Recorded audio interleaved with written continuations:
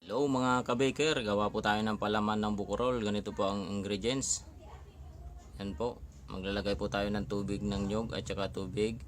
Bali, 2 litro po yan kasama po ng tubig ng nyog. 2 litrong tubig. Tapos, meron po tayong isang condense po yan. Kayo na pong bahala kung anong brand po ang lalagay nyo.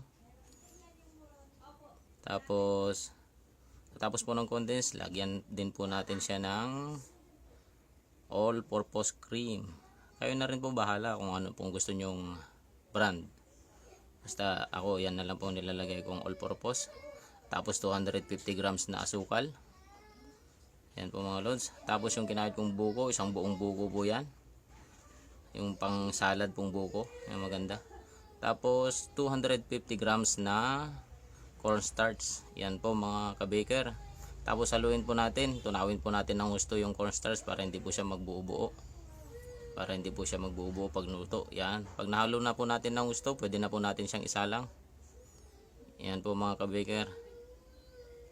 Nahalo na po natin ng gusto, kaya isalang na po natin.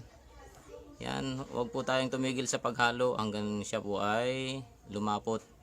Kasi kapag hininto po natin sa paghalo yan ay masusunog yung ilalim. Pangit po. Kaya ganyan po, dire-diretso lang po sa paghalo.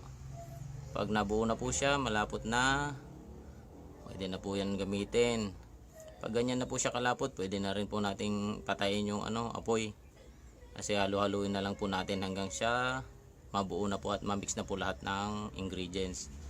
Yan po mga ka-baker, salamat po sa panonood ng aking mga video.